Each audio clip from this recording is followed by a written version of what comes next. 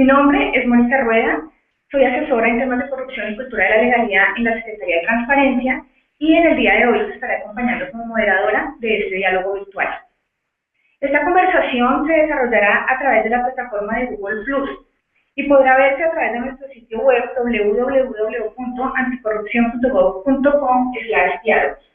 También estamos transmitiendo en vivo a través de la página del espectador www.elespectador.com.co. Para hacer preguntas a los panelistas y participar en la discusión, siga nuestra cuenta de Twitter, @vtransparencia, y opine con el hashtag Cultura de la Legalidad. Es muy importante también informarles a quienes se conectan a esta hora con nosotros que el Observatorio de Transparencia y Anticorrupción continuará utilizando esta herramienta tecnológica y de comunicación para establecer canales de diálogo directo entre los ciudadanos, la academia y los funcionarios públicos sobre temas de transparencia y anticorrupción. En el diálogo de hoy nos acompañan los siguientes invitados a quienes a continuación voy a presentar. En primer lugar está Daniel García, de la Secretaría de Transparencia. Daniel, muy buenas tardes. Buenas tardes, Mónica. También nos acompaña Andrés Hernández, el director del área de Ciudadanía y Transparencia por Colombia y representante de la Comisión Nacional Ciudadana de Lucha contra la Corrupción. Buenas tardes, Andrés. Buenas tardes, Mónica. Buenas tardes a todos. También nos acompaña Julia Eslava, quien es la directora del Grupo de Política y Gestión para el Desarrollo en CENDEX de la Pontificia Universidad Javeriana. Buenas tardes, Julia. Muy buenas tardes a todos. Y más adelante en este diálogo virtual se incorporará con nosotros Henry Murraín, quien es el director de Cuerpo Visionario. Bueno, tenemos unos panelistas conocedores y que han trabajado mucho en el tema, entonces creo que vamos a tener un diálogo muy interesante. Vamos a empezar con las preguntas. Les recuerdo que estamos esperando también las preguntas que ustedes pueden hacernos a través de las redes sociales para poder presentárselas a nuestros panelistas. Bueno, en primer lugar, quisiéramos escuchar de nuestros invitados que nos expliquen o nos cuenten qué es la cultura de la legalidad, pues porque muchos hemos escuchado sobre este tema, pero es importante saber qué es este concepto, si cultura de la legalidad significa que debemos respetar la ley o es algo que va mucho más allá de este tema. En primer lugar, entonces, quiero darle la palabra a Daniel García. Daniel, por favor. Bueno, Mónica, buenas tardes a todos y a todos mis compañeros de diálogo. Pues para la Secretaría de Transparencia, el tema de cultura de la legalidad hace parte de su función y hace parte de uno de los componentes estratégicos de la política pública integral anticorrupción. Esta política, que tiene pues 5 estrategias, tiene como una de sus banderas el tema de cultura de la legalidad. ¿De qué manera tomamos este concepto? Lo tomamos bajo diferentes ópticas en donde superamos el tema de cultura de la legalidad más allá del respeto a la ley en sí misma.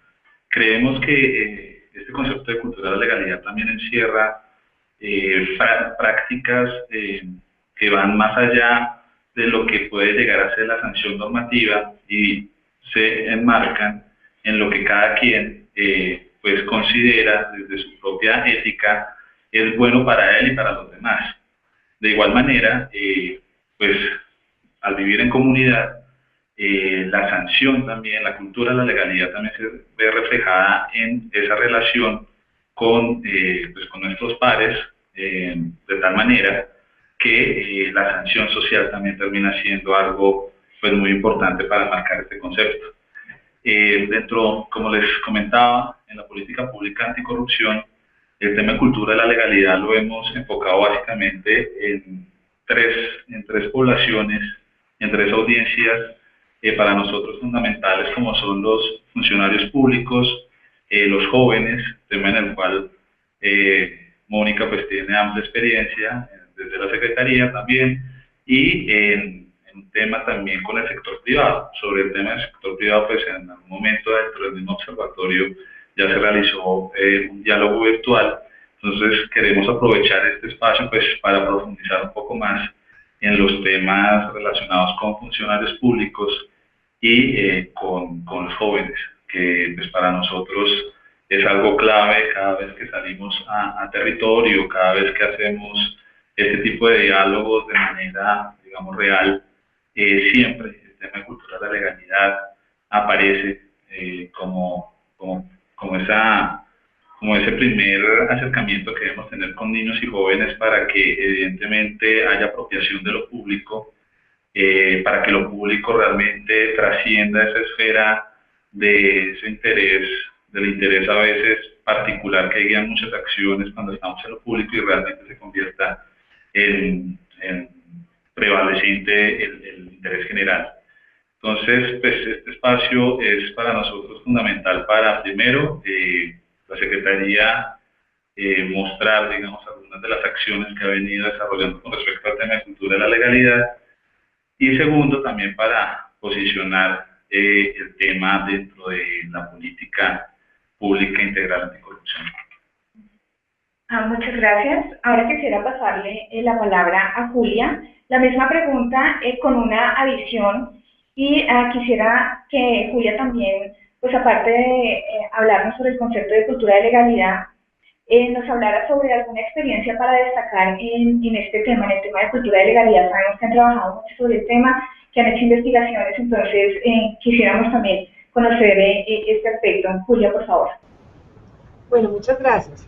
Mira, la cultura de la legalidad, como bien ya lo comentaba Daniel, pues yo creo que en este momento, en la actualidad, ya en el contexto no solo colombiano, sino a nivel internacional, debemos empezar a pensarla en una trascendencia más allá del estricto cumplimiento de la ley.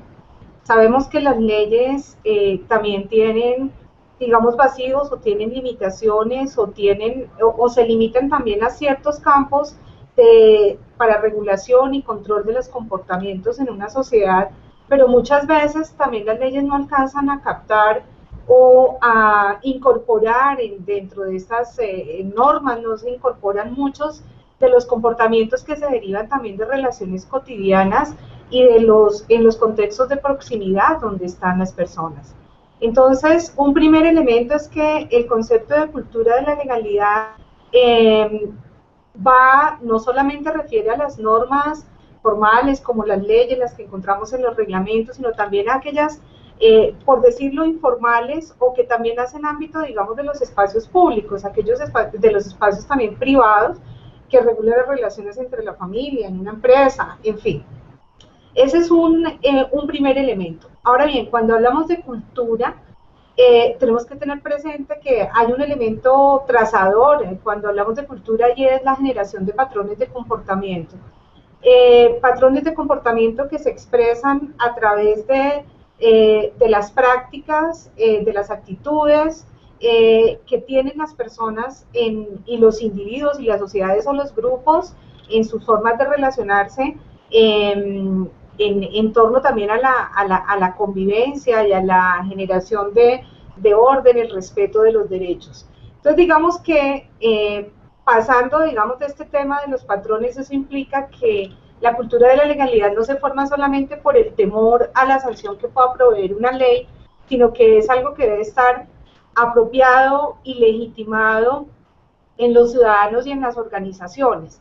Entonces, nos remite también a una idea que la cultura de la legalidad implica un nivel relativo a los individuos, por supuesto, a los ciudadanos en su comportamiento de respeto a las leyes, de respeto a la institucionalidad, del respeto de los derechos por los demás, pero también nos implica a las instituciones y al gobierno del Estado. Cuando hablamos de cultura de la legalidad, entonces no podemos pensar que solamente se refiere a la relación, digamos, de subordinación del ciudadano frente al Estado, sino que también el Estado cumple un papel muy importante en la generación y consolidación de esa cultura. Y lo hablamos cuando decimos que tenemos por ejemplo, un sistema de justicia que funciona, que hay credibilidad en el sistema de justicia, que es eficaz, cuando las mismas normas, leyes y los mecanismos de protección de derechos son eficaces y los ciudadanos sienten que el Estado responde y estamos en un ambiente, digamos, democrático, como bien lo tenemos en un Estado social de derecho, pero además democrático.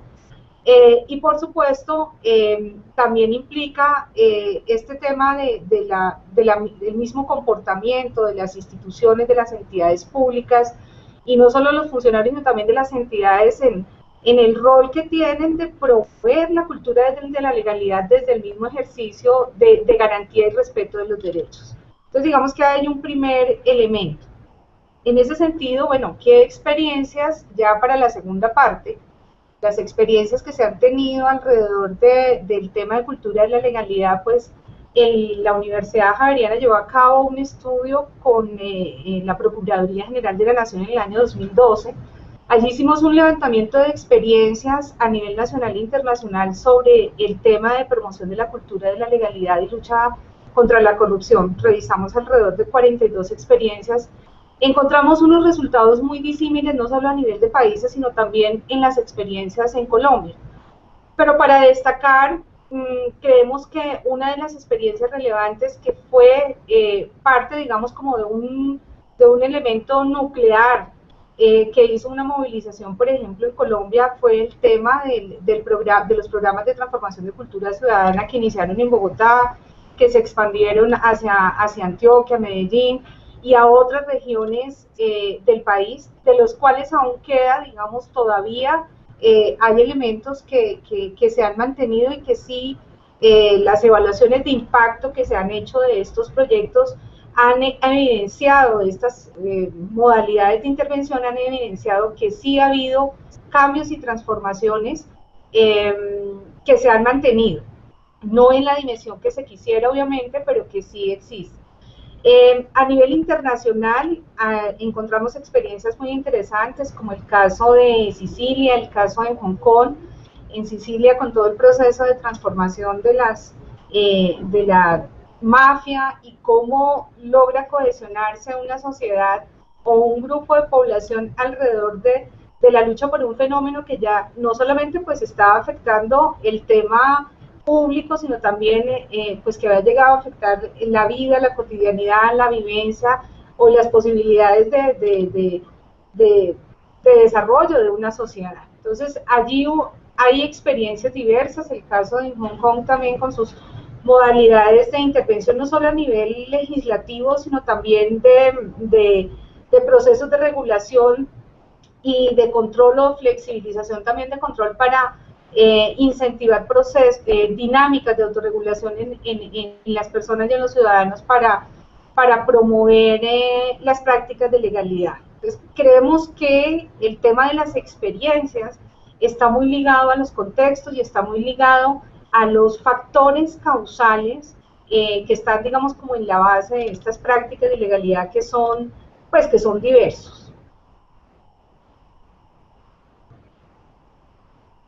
Bueno, también quiero contarles a nuestros espectadores que Henry Murraín ya se encuentra con nosotros. Queremos darle la bienvenida a Henry. Buenas tardes. Muy buenas tardes, muchas gracias. Excusas que vengo corriendo, vuelvo a Medellín. Bueno, pues mil gracias porque pudiste acompañarnos. Es muy interesante para nosotros que puedas estar aquí. Quiero darle la palabra a Andrés. La misma pregunta que ya hemos estado desarrollando en relación pues con el concepto de cultura de legalidad y si hay una experiencia en particular que quisieras resaltar y en el tema de pronto de resultados de esa experiencia también sería interesante que nos pudieras contar. Andrés, por favor. Muchas gracias, Mónica, y muchas gracias por los conceptos que ya han compartido los panelistas que me precedieron. Yo no iría pues muy lejos de algunos de los temas que ya se han planteado. Yo tal vez agregaría pues en primer lugar que desde Transparencia por Colombia, que es una organización sin ánimo de lucro que ha trabajado el tema de lucha contra la corrupción desde hace más de 15 años aquí en Colombia, este es un tema considerado como casi que una meta, un nivel al cual deberíamos llegar en cuanto a la lucha contra la corrupción, que es el cambio cultural. Muchas veces cuando hablamos de corrupción o de ilegalidad, tendemos como ciudadanos a pensar pues que la forma de abordar estos problemas tienen que ver con la sanción, con ver personas o responsables castigados, con llevar a la cárcel o como algunas personas dicen, freír a los grandes peces, pero en realidad lo que hemos visto en la experiencia internacional es que muchas veces las estrategias que están enfocadas hacia la lucha contra la corrupción desde un punto de vista netamente punitivo realmente no logran dejar cambios sostenibles y de largo plazo en las sociedades. Y en esa medida, pues plantear una discusión alrededor de un cambio cultural, y un cambio cultural que vaya hacia el respeto de las normas, de las prácticas, de las reglas que tenemos en una sociedad es fundamental. Este mismo enfoque lo hemos tratado de abordar desde la Comisión Nacional Ciudadana para la Lucha contra la Corrupción, que es una instancia creada por el Estatuto Anticorrupción de 2011 y que precisamente recoge a varios sectores que están interesados en aportar a la lucha contra la corrupción: sector privado, sindicatos, sector académico, universidades, organizaciones sociales, iglesias, asociaciones religiosas, etcétera. ¿Y por qué menciono esto en este momento? Porque, como lo decía antes, si queremos esos cambios profundos, culturales, de largo plazo, pues no solamente nos podemos quedar en los enfoques de sanción, tenemos que pensar en estos enfoques mucho más profundos de cambios de patrones, de hábitos, como se mencionaba antes, pero además porque también, como se dijo, esto involucra pues a un sector mucho más amplio de población objetivo, digámoslo así. En esta tarea de la cultura de la legalidad estamos todos involucrados. En esta tarea de la cultura de la legalidad todos tenemos que aportar en nuestro comportamiento en el día a día. Y hay un concepto que nos gusta utilizar mucho en Transparencia por Colombia, que es el concepto de la corresponsabilidad, y yo creo que tiene mucho que ver con cuáles son los fundamentos o cómo se lleva en práctica esta cultura de la legalidad. Yo creo que hay una responsabilidad compartida en general entre nosotros los ciudadanos, entre los funcionarios públicos, entre el sector privado, la academia, medios de comunicación, etcétera, sobre cómo entre todos estamos realmente construyendo un entorno y unas prácticas favorables a unos comportamientos honestos, unos comportamientos orientados hacia el respeto hacia los demás y unos comportamientos que realmente en suma lo que nos pueden llevar es a un gana-gana, digámoslo así de alguna manera, que se contrapone un poco a esa cultura del avivato, esa cultura de la ventaja en la cual usualmente hay alguien que pierde y hay alguien que gana, y la situación que deja ese dilema no es positivo y no es constructivo para las partes. Entonces, hay que por lo menos lo planteamos nosotros así, abordar este tema desde esa perspectiva. Probablemente como la meta más importante en la cual una sociedad como la colombiana podría llegar en materia de lucha contra la corrupción, de fortalecimiento de la transparencia y la integridad. Habiendo dicho eso, hay otro tema que nos interesa mucho posicionar, discutir, debatir en estas instancias que represento, y es cómo la corrupción en general genera un daño que va mucho más allá de lo económico, de lo jurídico, y un daño social realmente es lo que deberíamos estar también abordando desde una perspectiva mucho más amplia de lucha contra la corrupción. Muchas veces nos preguntamos si los dineros que se esfuman o que se roban por cuenta de la corrupción pues son recuperados, pero como sociedad no nos sentamos a pensar realmente el enorme daño social que la corrupción y los comportamientos corruptos en general nos están generando. Y por lo tanto, como lo decía Daniel también en algún momento, es muy importante que como sociedad pensemos no solamente en esas sanciones jurídicas que ya hemos hablado durante las intervenciones, que probablemente no son suficientes, o cultura de la legalidad va mucho más allá de eso, sino en esas sanciones sociales, en esas sanciones políticas, incluso en las sanciones comerciales, ¿no? Y eso, digamos, en suma es lo que debería también ayudar a alimentar esa experiencia de cultura de la legalidad. En lo que hemos visto en Transparencia por Colombia, yo creo que, digamos, ya nos habían compartido Julia, las experiencias, digamos, de algunas ciudades aquí en Colombia.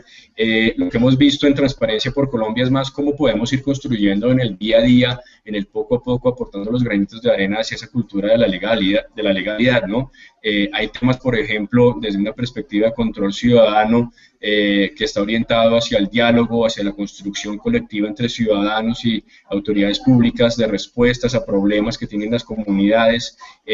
Hay experiencias, digamos, de rendición de cuentas que son muy positivas, que ayudan a generar espacios de confianza entre los distintos actores sociales y políticos.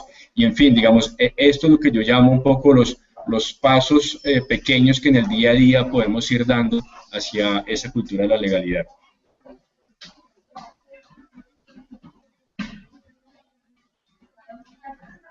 Aportes en relación pues, con el trabajo, con el tema del día a día y también la importancia de la corresponsabilidad en los proyectos que desarrollen cultura de la legalidad y en particular cómo se relaciona con el tema de lucha contra la corrupción. Quisiera ahora darle la palabra a Henry, la misma pregunta que hemos venido desarrollando en relación con el concepto de cultura de legalidad, alguna experiencia que quisiera resaltar en relación con este tema y quisiera introducir una pregunta adicional y es pues todos conocemos y hemos escuchado el trabajo importante que desarrolla Cuerpo Visionarios y quisiera que nos hablaras un poco de la diferencia entre cultura ciudadana y cultura de la legalidad también para poder empezar a trabajar sobre estos temas. Ok, vale, muchas gracias. Bueno, nosotros trabajamos a partir del enfoque de cultura ciudadana desarrollado por Antanas Mockus a finales de los 80, principios de los 90. Enfoque que se propone con la férrea convicción de hacer ver a la ciudadanía colombiana la necesidad de pensar en las reglas informales como explicaciones para entender cómo nos comportamos y no basarnos exclusivamente en las reglas formales. Mucha gente no conoce la historia del concepto de cultura ciudadana, pero esto se origina en las discusiones que tuvo Antanas a finales de los años 80, principios de los 90, cuando se estaba discutiendo la reforma de la Universidad Nacional. Planteaba de manera crítica que cada vez que queremos transformar, reformar, mejorar alguna institución, alguna política en nuestro país, lo primero que se discute son reglas informales. Y él de manera juguetona ponía varios ejemplos mostrando que la vida en la universidad estaba regulada por cosas que sobrepasan en mucho lo que digan las reglas formales. Por ejemplo, que la primera semana de clase se haga clase en una universidad latinoamericana parece imposible. En la mayoría de universidades de América Latina, la primera semana de clase se utiliza para dar a conocer el programa, saludar, conocerse, establecer las reglas de evaluación. Eso ocurre aun cuando en ninguna parte, formalmente hablando, desde el punto de vista, digamos, legal, dice que la primera semana se utilizará para eso, porque es un hábito, es la práctica, es la cultura. Entonces Mockus cuestionaba la idea de querer mejorar la universidad colombiana exclusivamente a partir de debates sobre decretos ley, acuerdos ley, y subrayaba la necesidad de pensar en una cultura académica de calidad. Si queremos tener una universidad de calidad, tenemos que construir una cultura académica. Es decir, qué tan riguroso es un estudiante en sus debates en la cafetería. Eso tiene que ver con la cultura académica que construimos, no solo lo que pasa en el aula. Qué tan atentos somos con la comunicación, qué tan honrados, qué tan respetuosos somos con la comunicación. Eso desde luego tiene un impacto en la calidad de la universidad colombiana. Pero son temas que regularmente no se ven. Entonces, en este trabajo de reflexión sobre políticas públicas, inicialmente relacionadas con temas de educación, a propósito de la reforma de la Universidad Nacional, Antanas propuso esta caracterización de los tres sistemas de regulación, llamando la atención de que no somos solo regulados por las reglas formales o las leyes, sino que también seguimos reglas morales y reglas sociales. También ha sido llamado esto ley moral y cultura. Más recientemente hemos descrito esto como reglas morales reglas legales y reglas sociales. Esa caracterización de MOPUS nos permite organizar la discusión y preguntarnos en dónde de esos tres sistemas reguladores puede estar el problema.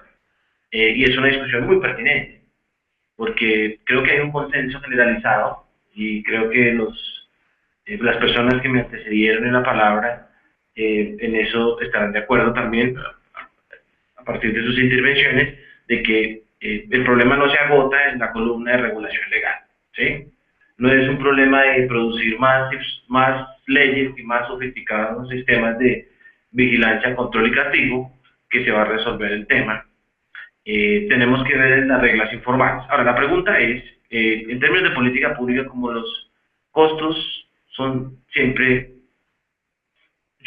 los recursos siempre son escasos para los problemas que tenemos que resolver. En términos de priorización, si tuviéramos que pensar entre el sistema de regulación moral y el sistema de regulación social, ¿dónde está la prioridad? ¿Qué es lo que más es urgente transformar?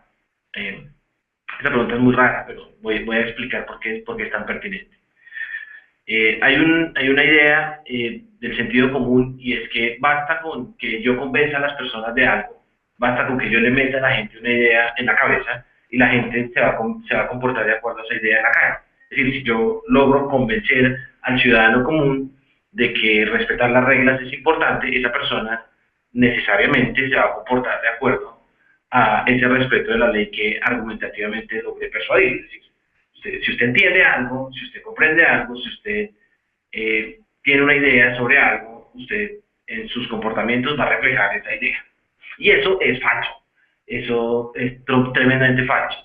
Las ciencias sociales contemporáneas, en particular la psicología social y la teoría de juegos, están absolutamente fascinadas con el análisis de normas sociales, porque todo este análisis reciente de normas sociales ha sido, digamos, basado en parte en mostrar que esa idea del sentido común es falsa. Es decir, usted puede tener unas preferencias, unas ideas sobre algo.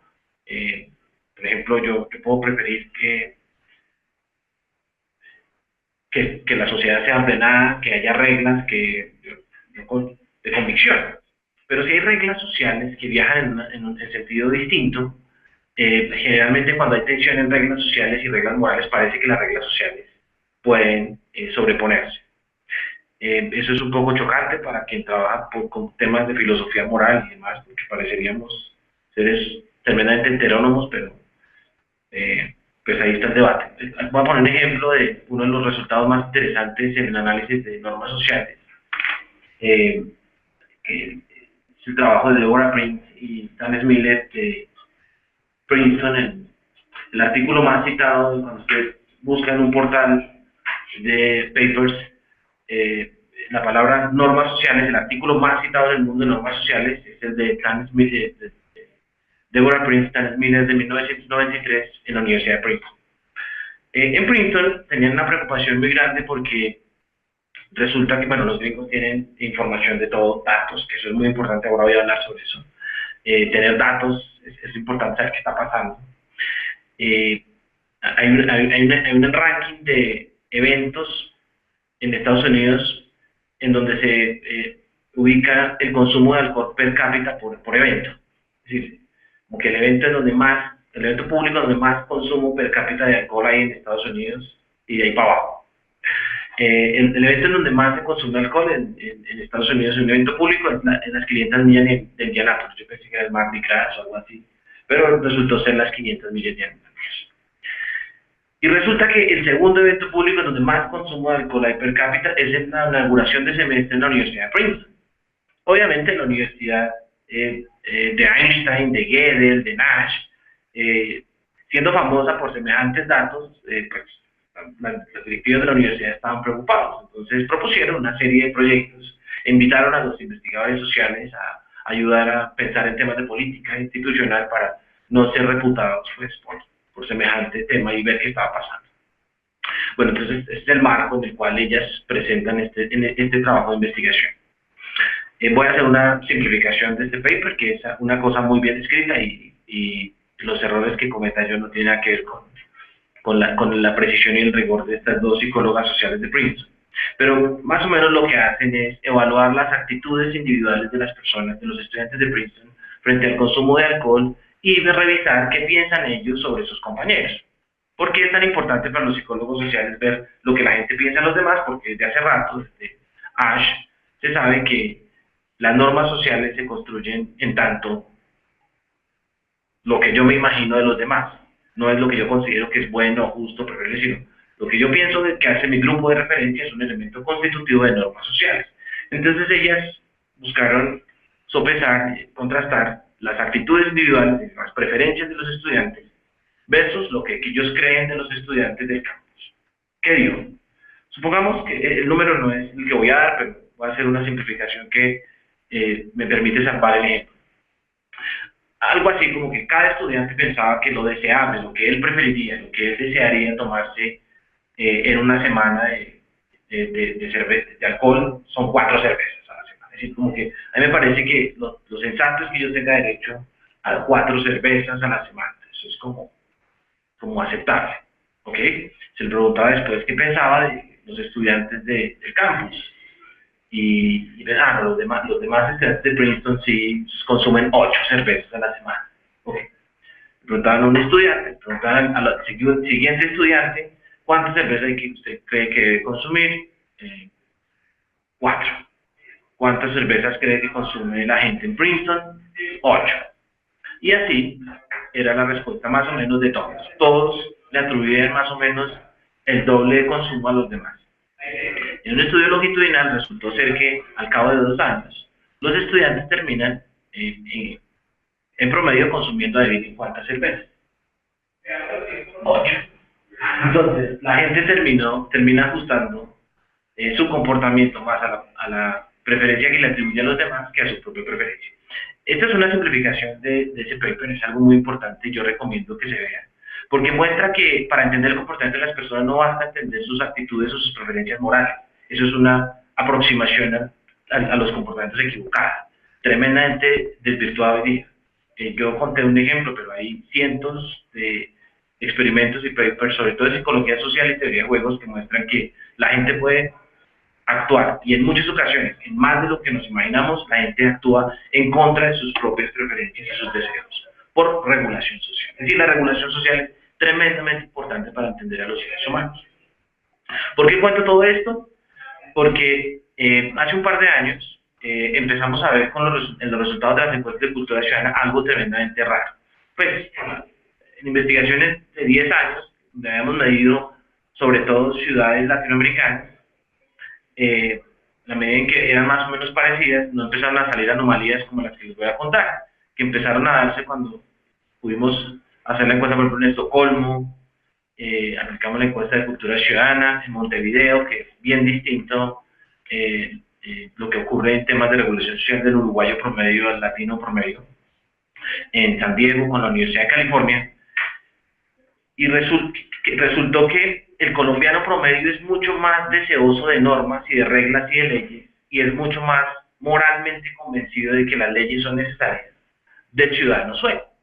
Y eso obviamente es extraño, porque cuando uno mira los índices de corrupción y transparencia y demás, los suecos no salen de primero, segundo, tercero, les va muy bien en el tema de respeto de reglas, en temas de corrupción, en temas de convivencia, indicadores de homicidio. Es un país en donde uno observa mucho orden, pero resulta ser que cuando hacemos preguntas relacionadas con reglas y normas, los suecos son mucho más relajados y mucho menos, para utilizar una palabra un poco de la calle, menos afiebrados con las reglas que los colombianos. Y eso fue un primer llamado de atención. Es decir, ¿será que para tener una sociedad ordenada y respetuosa de las reglas no basta con tener actitudes individuales pro norma? Y pues ahí empezamos a leer todos estos temas de normas sociales, y obviamente dentro de un gran cuerpo de ciencias sociales contemporáneas se sabe que eso no es así. Es decir, no basta entender las actitudes y las preferencias individuales para entender el fenómeno colectivo comportamental. ¿Sí? Es algo que ya Merton había dicho alrededor de los estudios sobre anomia desde 1949. Es decir, no es que en Colombia la ilegalidad, la corrupción sean explicables a partir de la falta de respaldo y entusiasmo moral de cada uno de los individuos que comparten nuestra sociedad. Todo lo contrario, resulta ser que vivimos entre ciudadanos deseosos de reglas, tal vez exageradamente, que les encantan la ley y las normas. Ahora, como en el ejemplo de los de Princeton, para entender cómo se comporta la gente por normas sociales, lo que yo debo entender es qué piensa la gente de los demás, no qué piensa la gente de sí mismo o sus preferencias. Entonces, tenemos preguntas en la encuesta de cultura ciudadana que dan cuenta de lo que piensa el colombiano, no de él, que le encantan las reglas y las normas, sino lo que él piensa del otro colombiano, del otro ciudadano de su ciudad.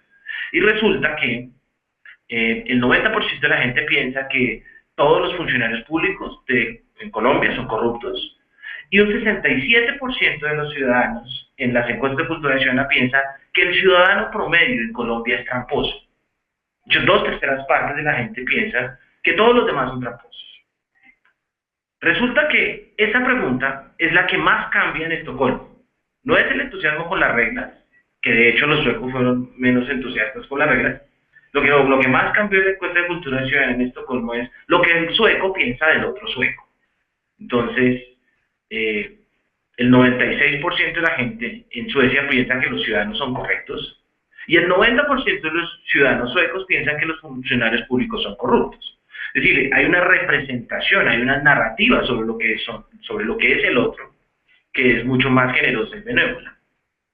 Esto es obviamente una simplificación de algo que es mucho más complejo y que yo quisiera poder tener el espacio de mostrarles con mucho más detalle, porque es mucho más fina la cosa, pero la idea que vengo trabajando hace aproximadamente 2 años es que tal vez el problema en Colombia no es que tengamos ciudadanos convencidos de que la ilegalidad es el camino o falte un respaldo moral a la ley y a las normas, sino lo que está pasando es que vivimos en una sociedad donde el ciudadano promedio tiene representaciones muy peyorativas y perversas sobre el otro, y eso tiene efectos normativos. Ese es el punto. Todas las normas sociales nos dicen lo que la gente piensa de los otros, tiene un efecto normativo, no es una opinión simpática simplemente. Entonces,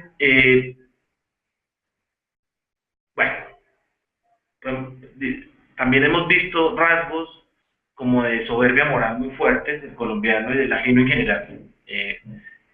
La gente tiende a juzgarse muy positivamente y tiende a hablar mucho más fácilmente del bien y el mal, lo correcto y lo incorrecto, lo justo y lo injusto. De hecho, la encuesta mundial de valores de Ronald Inglehart, uno de los ítems que permite clasificar a las sociedades de valores tradicionales en las que nosotros estamos es la opinión generalizada de que el bien y el mal están claros. Es decir, el colombiano promedio es una persona de discurso moralista, es decir, lo correcto, los justos, y no necesariamente esas personas en la práctica se comportan mejor, ¿sí?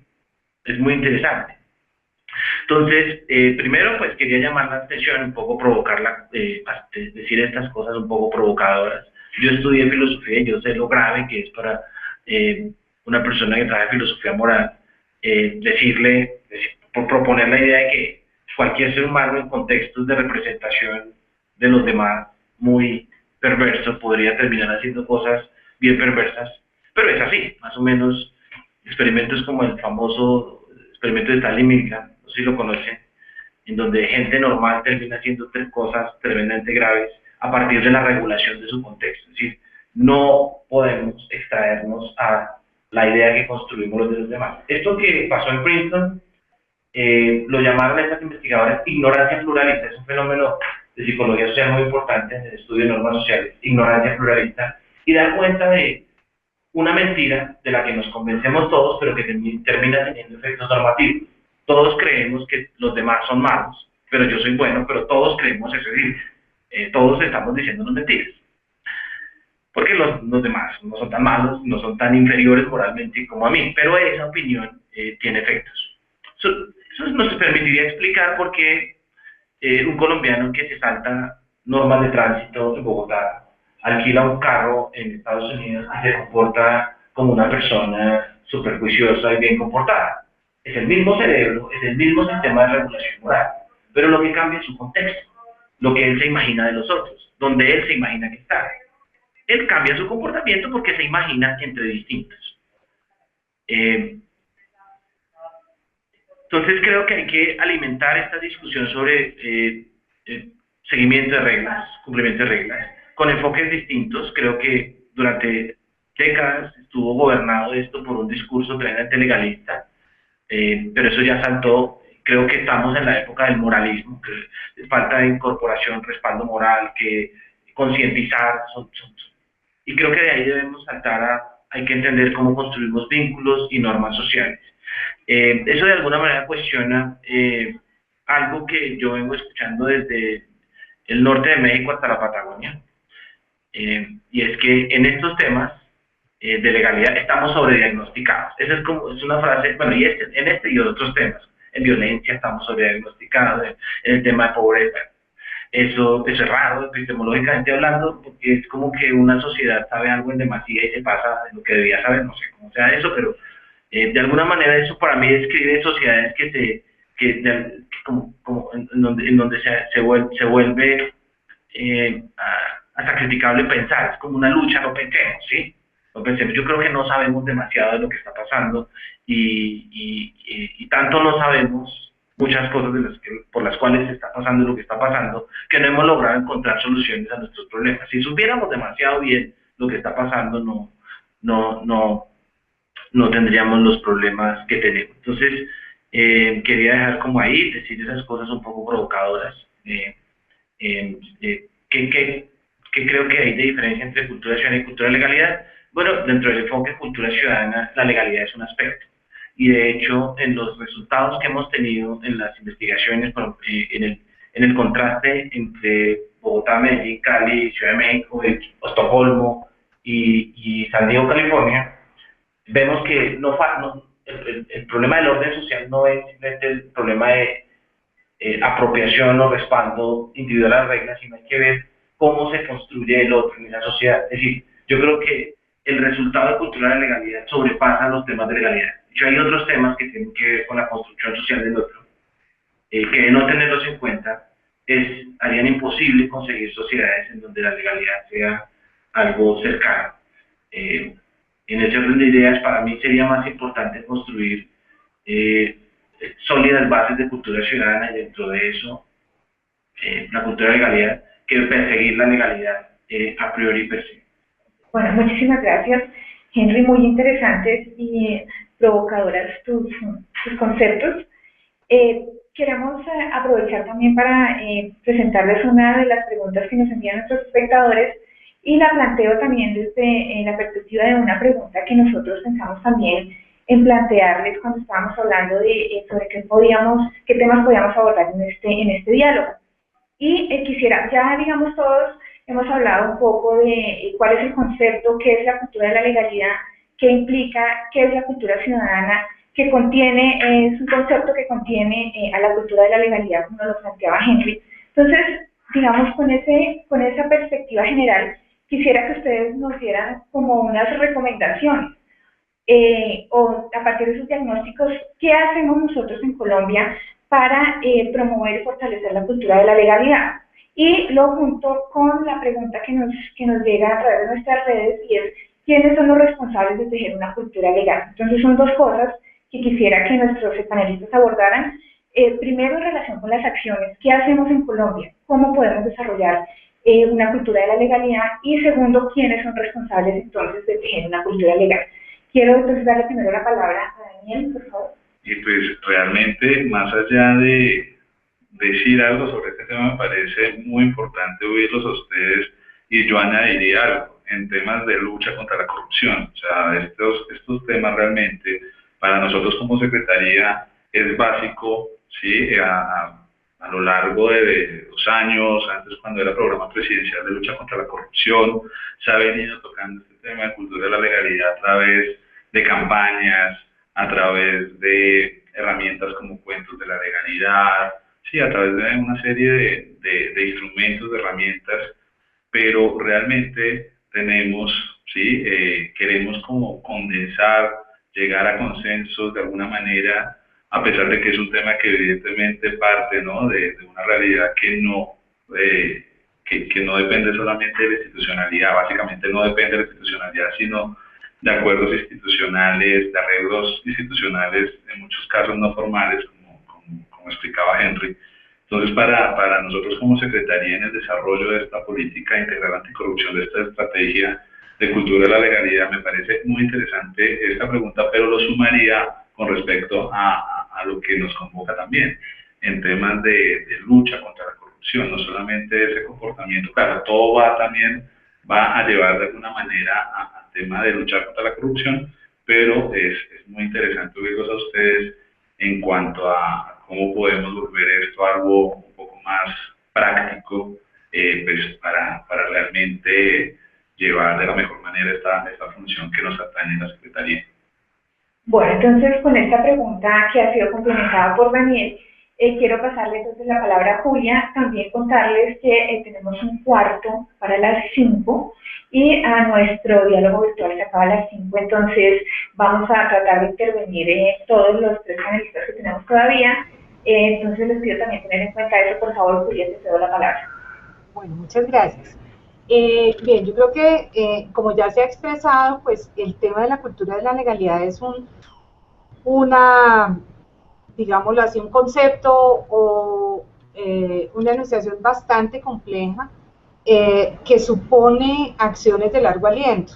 Es decir, una sociedad que piensa o que aspira a hacer transformaciones culturales no puede pensar simplemente en el desarrollo de proyectos, acciones puntuales, sin pensarse como sociedad y sin pensarse como cuál es la sociedad que queremos, cuál es el Estado que queremos y cuáles son las condiciones que debemos dar para que estas transformaciones se den. Hay un elemento importante, digamos, en el que quisiera dar para decir qué hacer, es que lo primero que tenemos que empezar a pensar es que el tema de la cultura de la legalidad, además de que ya sabemos que no, o en consenso, es que no está previsto solo que son las normas, las leyes escritas, las normas las formales, sino también las informales, todos los aspectos individuales de la moral, de la ética que acompañan a este proceso.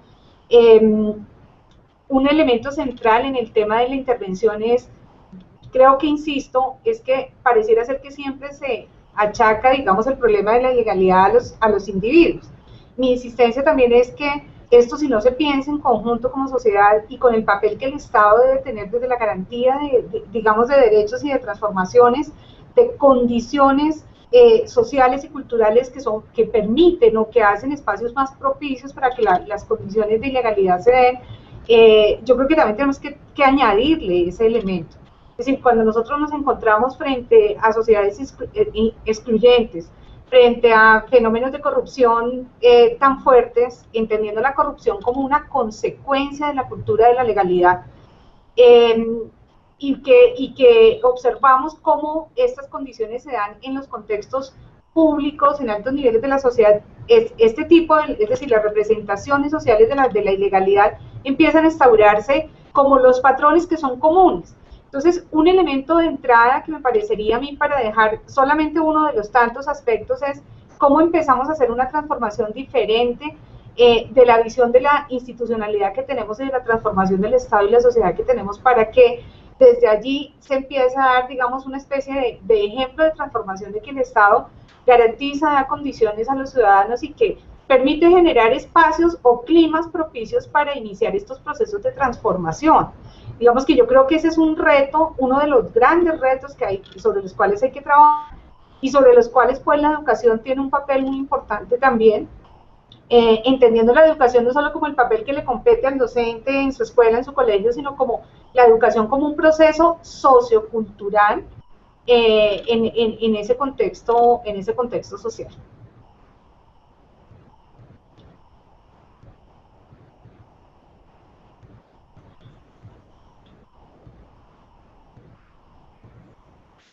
¿Nos escuchas? ¿Andrés? ¿Andrés? Sí, y ahora sí los escucho. Ojalá. Adelante, por favor.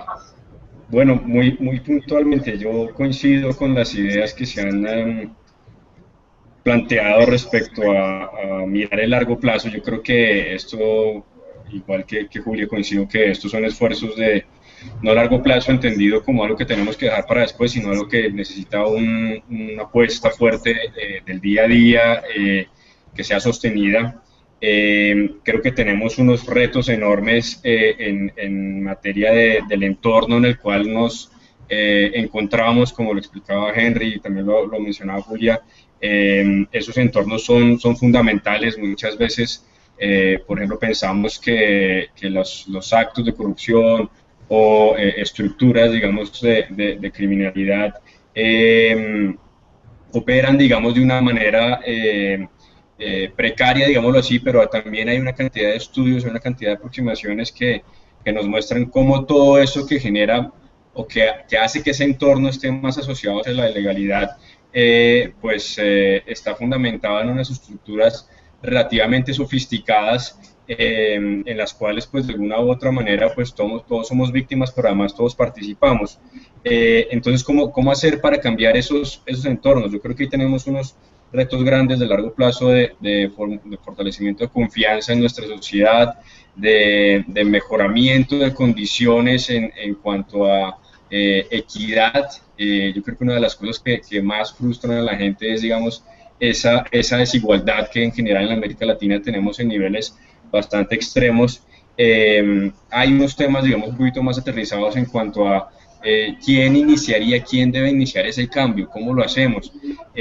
Muchas veces se habla, por ejemplo, del tema de liderar con el ejemplo. Yo creo que ese ejemplo tiene mucho que ver con la coherencia, digamos, entre un discurso que como funcionarios o como ciudadanos o empresarios o académicos tengamos con nuestros propios comportamientos, con nuestras propias decisiones. Pero en general yo creo que todos somos parte del cambio, todos podemos empezar en el día a día. Un estudio muy interesante también de algunos colegas en México nos indicaba cómo la sumatoria de los pequeños sobornos que la gente paga de repente al policía de tránsito o en la aduana o en esto, en lo otro, esa sumatoria puede llegar a ser muchísimo más grande que una suma de desvío de recursos en un caso de corrupción, digamos, de los que vemos con relativa frecuencia. Entonces, eso nos plantea la idea de que todos tenemos, digamos, un rol que aportar hacia esa meta de largo plazo, esa meta estructural, esa meta que como sociedad y como, digamos, grupo colectivo nos tenemos que trazar.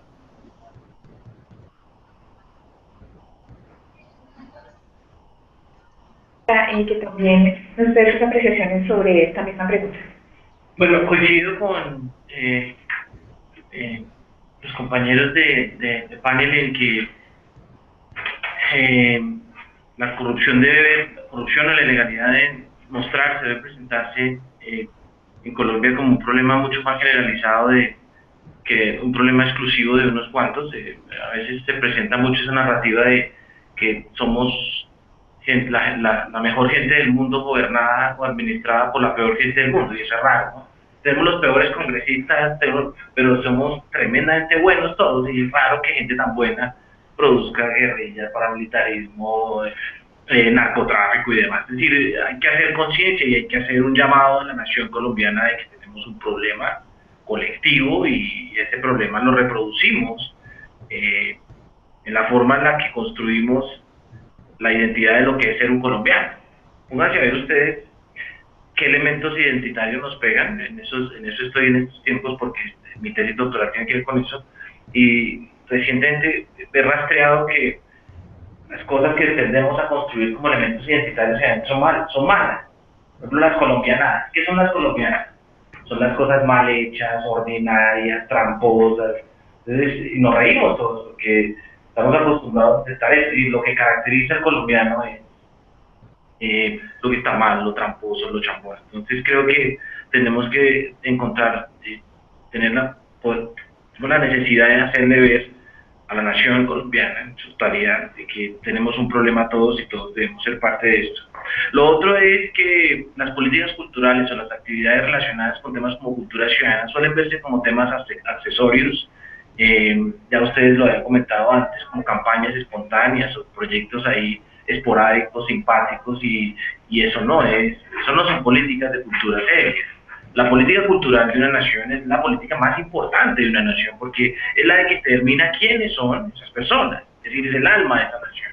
Entonces, aquí adolecemos de una política que de manera robusta y amplia considere esto como problema y tenga un derrotero de largo aliento con este tema para enfrentar. Desde luego no es un tema que puede reducirse solo a la agenda del gobierno, esto es imposible si no nos vinculamos todos desde lo que podamos hacer los empresarios, las ONGs. Estoy aterrado ahora viendo los resultados de una encuesta de cultura académica que hicimos en 10 universidades, que además son algunas de ellas las universidades de élite de Colombia, y el 65% de los estudiantes considera que si se debe mejorar su nota se justifica hacer copia. Entonces, ¿qué estamos haciendo con el proceso educativo en el país? ¿Cuál es la responsabilidad de las universidades? ¿Cuál es la responsabilidad de los colegios? ¿Cuál es la responsabilidad de los alcaldes? ¿Cuál es la responsabilidad de los medios de comunicación? Muchas veces uno escucha los chistes los programas de chistes de por la mañana y dice, por Dios, esto es perverso, nos reímos de cosas terribles. Hasta en eso tenemos que pensar, ¿de qué nos reímos? El humor determina mucho la cultura de la gente. ¿Y en qué hacer? Bueno, pues esta pregunta es necesaria. No hay una respuesta fácil. Esta pregunta viene desde hace 2500 años. Los diálogos de Platón son básicamente eso: ¿cómo hacer que la gente sea virtuosa? ¿Cómo educar ciudadanos de bien? Es una pregunta bien. No por eso no debemos dejar de hacerla, pero sí debemos ser conscientes que no es una pregunta para resolver fácil. Y no es que tengamos ya todo sobrediagnosticado, eso que vengo diciendo. Invertir mucho menos en estrategias comunicacionales, en eso se pierde mucha plata, en la afiche, en la campaña, y la publicidad es costosa, ¿sí? Hay evaluaciones sobre el impacto de este tipo de estrategias y muestran que el impacto es muy limitado. Hay que hacer más bien acciones concretas, juegos, donde la gente interactúe y pueda descubrir en la práctica lo otro de forma distinta. Digamos, hay una diferencia grande entre el mimo en la calle, interactuando con la gente, y el afiche o la campaña publicitaria. Hay temas de lo que hizo Antanas que creo que no fueron lo suficientemente bien comprendidos. Y como para darles un chisme, ya no me queda tiempo, solo para decirles cuál es la conclusión a la que llegué en mi tesis doctoral. Estoy llegando en esas, es que no se puede construir legalidad sin representaciones sociales de igualdad. No una igualdad económica, digamos, muy exacerbada por el marxismo, sino una igualdad en la forma en la que nos relacionamos. Nosotros somos inequitativos y desiguales en la forma en la que vivimos, ¿sí? Nos creemos con privilegios y nos creemos en algún sentido superiores a los demás. Si no construimos normas sociales de igualdad, respetar reglas va a ser muy difícil. Bueno, queremos aprovechar estos par de minutitos que todavía nos quedan para plantearles una pregunta que también nos están haciendo nuestros espectadores, y es que la persona que está allí sentada quiere saber, como ciudadano, cuál es el primer paso que debo dar para vivir una cultura de la legalidad. En una o dos frases muy cortas, quisiera que cada uno de nuestros panelistas nos dijera qué puede hacer un ciudadano que nos está viendo en este momento para vivir una cultura de la legalidad. ¿Cuál es ese primer paso que debe dar? Es una pregunta bien difícil. Pero bueno, quiero trasladarla a nuestros panelistas. Primero la palabra a Daniel. Yo creo que una máxima es que no hacerle a los demás lo que no quieren que le hagan a uno, ¿no? Creo que es un principio universal, y yo creo que otro tema es, y lo mencionaba en algún momento Andrés, el ejemplo. Pues, si yo considero eso, creo que tengo una sociedad en la cual evidentemente partimos de cierta igualdad, algo como medio rusiano, de la ignorancia y todo ello.